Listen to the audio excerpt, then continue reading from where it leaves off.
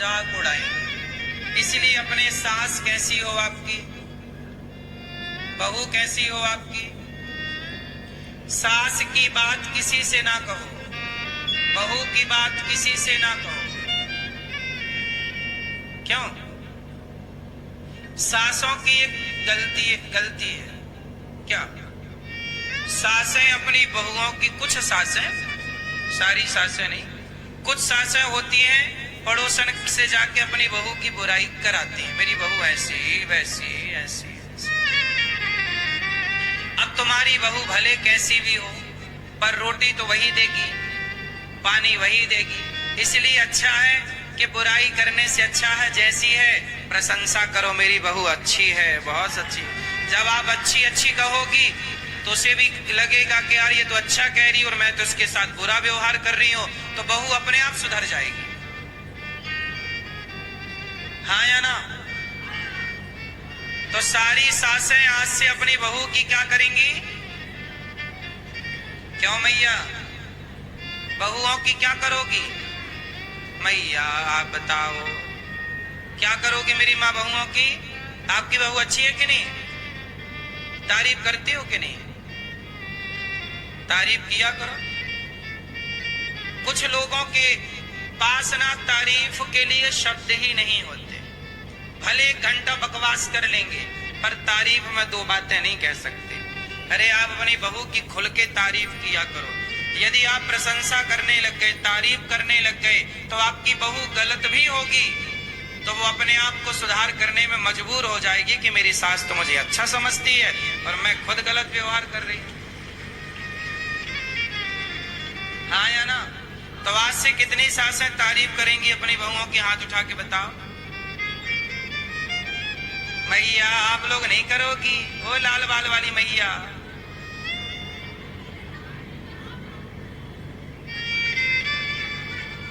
हैं?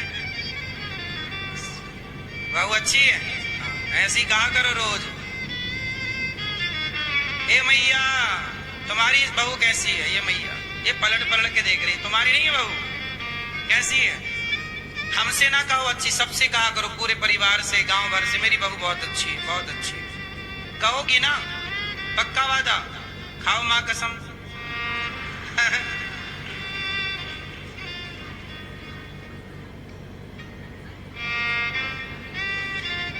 सासें यदि अपनी बहुओं की तारीफ करने लग जाए ना तो उनका बुढ़ापा लेट आएगा।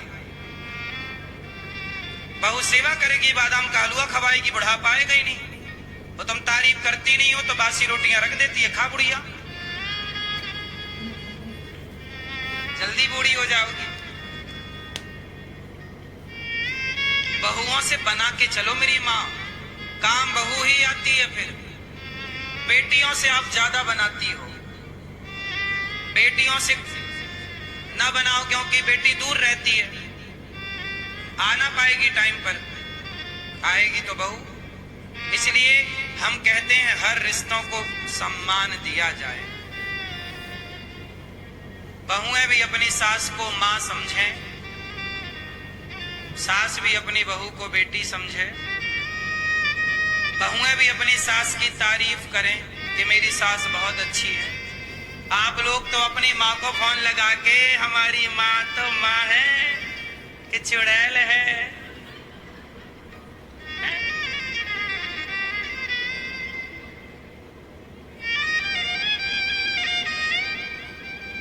इसलिए मेरी माँ, बहुएं भी अपनी सास की क्या करें? आप अपनी माँ से फोन लगा के अपनी सास की बुराई करती हो। आप नहीं, मतलब आपकी पड़ोसन। ये बात सही है ना? तुम्हें बड़ा पता है।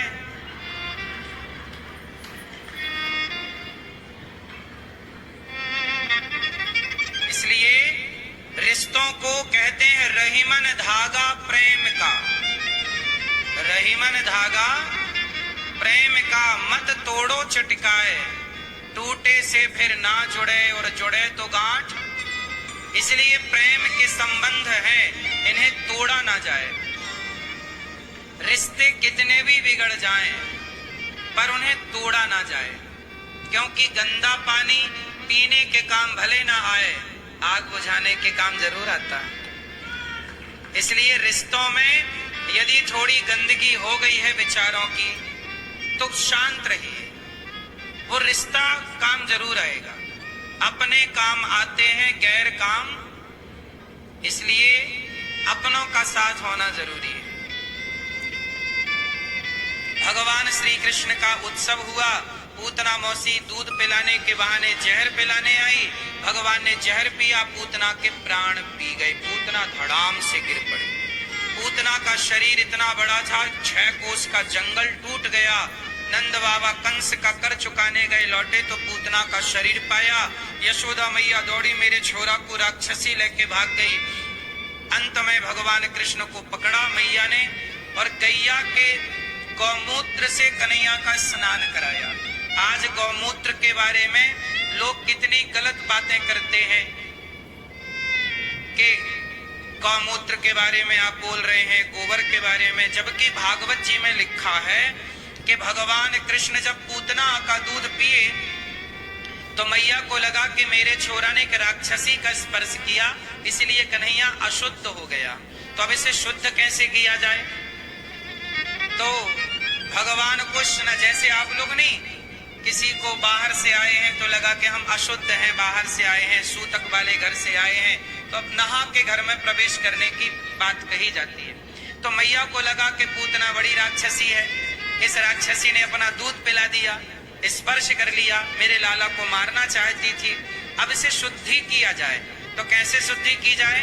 तो मैया यशोदा ने लाला को, मतलब कन्हैया को, गाय के गौमूत्र से स्नान कराया। किससे? गौमूत्र से स्नान कराया। और स्नान कराने के बाद जो गौरज होती है, जहां गाय चलती है ना, जिस मैदान में गाय चलती चलती चलती, तो जिस मैदान में गाय चलती है तो वहां आधी मिट्टी आधा गोबर हो जाता है, हाँ या ना, उसे गौरज कहते हैं। उस गौरज को लाके कन्हैया के पूरे शरीर में लगाया मैया यशोदा ने, और गाय के गौमूत्र से और गौरज से स्नान कराया मैया यशोदा ने। ये भागवत जी में लिखा। जो लोग गाय के गौमूत्र का मजाक उड़ाते हैं उन्हें सनातन समझ में नहीं आता, इसलिए मजाक उड़ाते। आज सनातन का मजाक सनातनी ही उड़ा रहे हैं। सनातन धर्म को खतरा, देश को खतरा हो सकता है विधर्मियों से, पर सनातन धर्म को खतरा विधर्मियों से नहीं है। सनातन धर्म को खतरा अपने ही कुछ गद्दारों से है, जयचंदों से है। वरना सनातन धर्म, अब देखो जो लोग गाय का मजाक उड़ाएं, हमारे यहाँ तो शंकर जी के मंदिर में गाय का बेटा बैठा है, नंदी। बोलो हाँ, क्या कोई भी शिवालय नंदी के बिना है? जहां कृष्ण का मंदिर होगा वहां गौ माता का चित्र जरूर होगा, भले ओरिजिनल गौ माता ना हो। तो जहां कृष्ण है वहां गाय है। फिर अब राम के देश में, कृष्ण के देश में गाय का अपमान हो, और अपमान कौन करे? सनातनी ही करे, तो कैसे ठीक रहेगा मेरी माँ? इसलिए गाय के अपमान से बचें और गाय की सेवा करें, गौमूत्र का सम्मान करें। बड़ी बड़ी बीमारियों में आजकल गौमूत्र का प्रयोग हो रहा है, हाँ या ना? बड़ी बड़ी मेडिकलों में गौमूत्र बिकने लग गया। कुछ तो दम होगी ना, कुछ तो बात होगी, वरना और किसी का मूत्र तो नहीं बिक रहा है। केवल गौमूत्र ही क्यों बिक रहा? मतलब कुछ तो बात है, बोलो हाँ। चलो, भगवान श्री कृष्ण रहा, मतलब कुछ तो बात है, बोलो हाँ। चलो, भगवान श्री कृष्ण अब मैया यशोदा ने सेवा की, नंद बाबा आए, पूतना के शरीर को जलाया, दिव्य सुगंध निकल पड़ी। अहो बके तार दिया। जो पूतना जहर पिला के भगवान को मारना चाहती थी, उस मारने वाली पूतना को तार दिया। इतने दयालु हैं भगवान। अब भगवान थोड़ा बड़े भये तो शकटासुर आया, भगवान ने शकटासुर को मारा। तृणावर्त आया, बवंडर के रूप में तृणावर्त को मारा भगवान ने माँ यशोदा से कहा कि मैया लाला को दर्शन कराए दे। मैया बोली बाबा मैं दर्शन तो कराऊं पर तेरी शकल बड़ी डरावनी है। शंकर जी बोले मैया मैं ऐसे ही हूं। मैया बोली फिर मैं लाला को दर्शन ना करा रही। मैया तू दर्शन ना कराएगी तो मैं यहाँ दरवाजे को छोड़ूंगा ना। मैया बोली बाबा तू बैठो रहे, ऐसे दरवाजे हमारे घर में 40 हैं। लाख प्रयास किया शंकर जी ने पर मैया मानी नहीं और लाला को दर्शन नहीं कराया। तब शंकर जी भगवान कृष्ण से बोले प्रभु आप ही कृपा करो। तब भगवान ने लीला की, रोने लग गए। लाख प्रयास किया मैया पर भगवान कृष्ण चुप ना भये। तब शंकर जी बोले मैया तेरे लाला को मैं ही चुप कराए सकूं। कैसे बाबा? तुम्हारी गोद में लाए के दे दे। तो बता पहले लाला को भयो का। शंकर जी बोले मैया या को भूत लग गए। मैया बोली राम राम अब बता बाबा या के भूत कैसे उतरेंगे। शंकर जी बोले मैया मारो नाम भूत भावन है, हम अच्छे अच्छों के भूत उतार देते हैं, लाओ हमारे पास। अब शंकर जी के पास जब मैया ले गई और कृष्ण गोद में आए तो भगवान खिलखिला के हंसने लग गए। तब शंकर जी बोले हे प्रभु आपके